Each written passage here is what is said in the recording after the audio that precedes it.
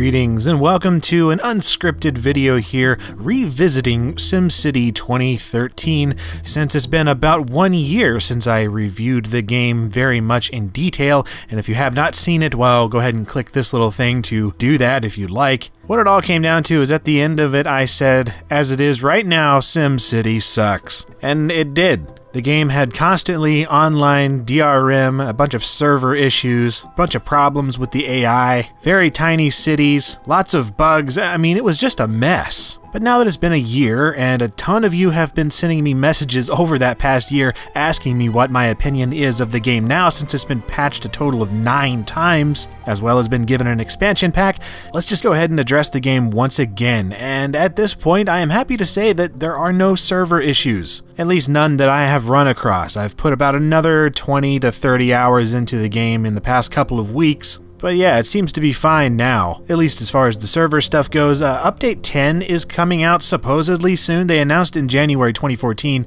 where an offline mode is coming for single-player gaming. That means there's still going to be DRM as far as I know, because, you know, it's still going to require Origin. It's not going to be like completely DRM-free or anything, but that does mean you could at least play the game without having to connect to the internet, or if you lose the connection to the server or something, then you can still play, and you can also save your games locally. That's coming soon, as well as mod support for the game, which is exciting. However, there are a lot of restrictions on what kind of mods you can actually do, at least to be considered for some sort of official modding thing by EA. I guess if you're doing it without any kind of blessing by EA whatsoever, you can do whatever you want to it. Again, that's not out yet, so I can't really comment on that. What I can comment on is some other changes that they've made to the game. There's a bunch of new regions now, and some of the new cities that they've been adding in these regions, they actually allow you to start your city from a multiple location, since originally all you could do was make cities that started from wherever that one main highway entrance was on your map.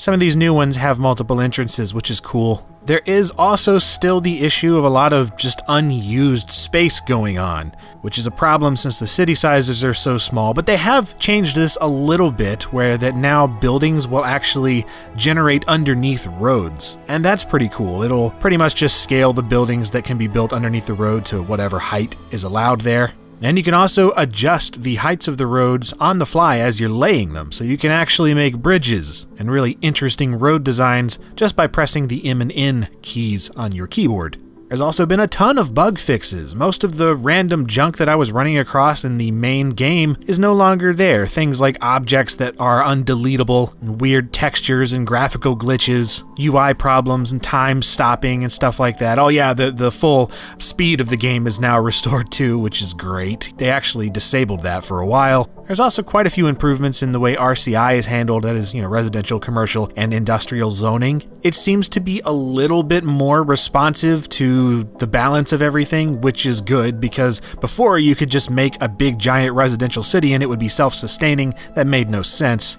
You can still do that to a degree, but it doesn't seem to be quite as easy. Or maybe that's just me. There's also a lot of adjustments to the way agents work, which is good, because my word, they were stupid. Especially things like services, you know, garbage trucks, fire trucks, police, and whatnot. That stuff was crap. They would always get stuck, and I've not noticed that anymore at all. The traffic is also hugely improved, which is great. It actually will divert in the proper ways that you would think it would now. And then there's the issue of the city sizes. They're just still too freaking small and constricting. I hate this.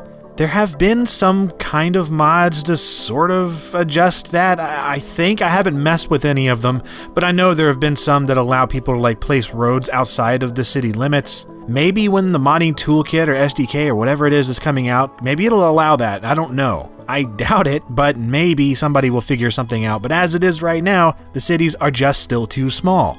I know what they were trying to do. I really do. I understand the whole cities relying on each other thing, and that especially made sense with the forced multiplayer aspect, but especially now that they're going single player, I don't see a reason for them to keep these tiny city sizes. It gets really, really cumbersome having to develop one city, and then it just runs out of space within like 20 minutes or something. You don't have the resources you need, and you have to rely on a bunch of other tiny little cities and a big network in order to progress. Again, I know that's the design of it, but it's just not a design that I'm very keen on, and I just still get annoyed and kind of bored with the game because of that. Also, there's still a lack of subways and things like city ordinances and a bunch of other little things that would be very nice to have. They're just not here. There was some DLC for the game, which was ridiculously overpriced. A bunch of objects and junk costing like $5 to $10 each and things like that. It adds some variety to the aesthetic and a little bit of gameplay even, but you know, what in the world? There's also a bunch of free branded crap thrown into the game, like Progressive Insurance buildings and the Nissan Leaf charging station, and okay, I mean, it's kind of cool that the Progressive Insurance will give you a little bit of a payout when a disaster happens in your city, but it's just really ham-fisted and kind of rubs me the wrong way. Whatever, this happens in The Sims as well, so it's not too surprising. So, the base game of SimCity. Yes, it has improved. In fact, it's improved quite a lot.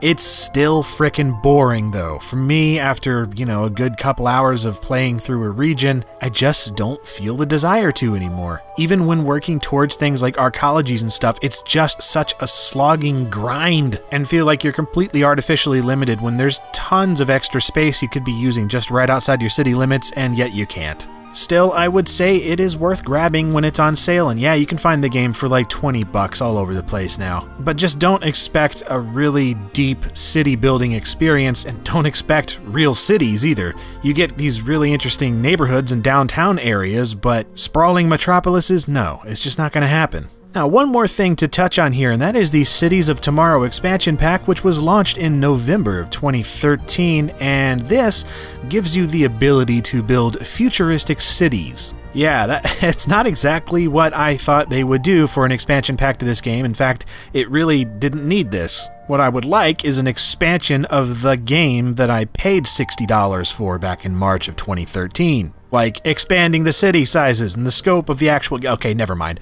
I'm getting off that soapbox. Anyway, Cities of Tomorrow. It allows you to make futuristic cities, and holy crap, these are awesome. Seriously, I like these a lot. The futuristic aesthetic is superb. The look of this is just spot on, you know, you've got stuff pulled from Blade Runner and Judge Dredd and maybe a little bit of Ghost in the Shell and just all sorts of other stuff, just kind of thrown into this really cool futuristic sci-fi thing going on. It's not fully dystopian, not fully utopian, it's actually a pretty realistic idea of what could happen. And while I don't always want to play with this kind of stuff, you know, sometimes I just want the early 21st century, it's all completely optional, which is great. Basically, what you get are a bunch of buildings that you can place anywhere in your city to quote-unquote futurize it. And that's good because it doesn't change the entire game over into this thing. When you do use it, you get access to a whole bunch of new abilities and futuristic tech. Even a couple new resources, which is it's pretty much just future juice. Some of it you can make from like oil and raw ore. The other stuff is more of like an educational tech-based kind of Wi-Fi system. Anyway, there's certain buildings that generate this stuff, and they're useful for making these mega industries as well as like mega technology centers. And really, the whole idea of this is fixing some of the population problems brought about by the tiny map sizes of the game by shoehorning in these new buildings that allow for artificially higher populations. So with the industrial ones, you have this Omega Corporation, which makes these mega industries. They basically convert over the existing industrial buildings into industrial buildings that output a ton more stuff, which in turn support these giant buildings. They're pretty much the city blocks from Judge Dredd, and they look frickin' awesome. And it's really cool. You have kind of an element of Sim Tower in there. You place like a lobby base or whatever, and then you can place like office floors, residential floors, park floors, and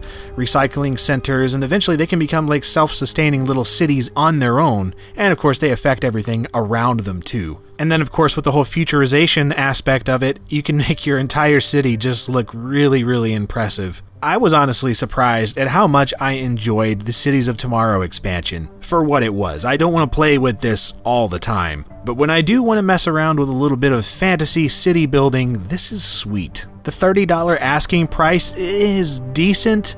I would preferably just wait for some kind of sale. In fact, I got it for like $10. And while it doesn't turn SimCity 2013 into the entire game that I was really hoping for, it does something different and a little bit unexpected in a way that just looks awesome, and my goodness, it sounds awesome too. I love the new futuristic sounds and sound effects and ambiance going on, not to mention the soundtrack. It's superb. If the original SimCity soundtrack was inspired by Philip Glass type of stuff. This one is very much inspired by Vangelis and other artists like that from noir-ish futuristic movies and whatnot. It's really cool.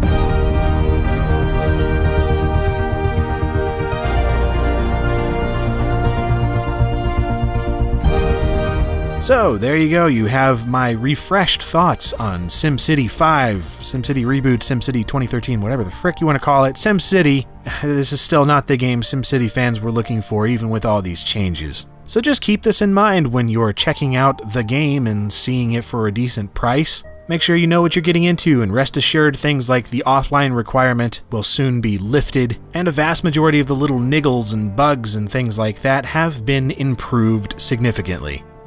And if you'd like some more videos where I talk with my voice, you can watch them. I make them every week. Feel free to subscribe if you'd like, or check me out on Twitter, Facebook, Patreon, GeoCities, Angelfire, Tripod, Lycos, AltaVista. I wish. What decade am I in? I don't even know. Thank you for watching.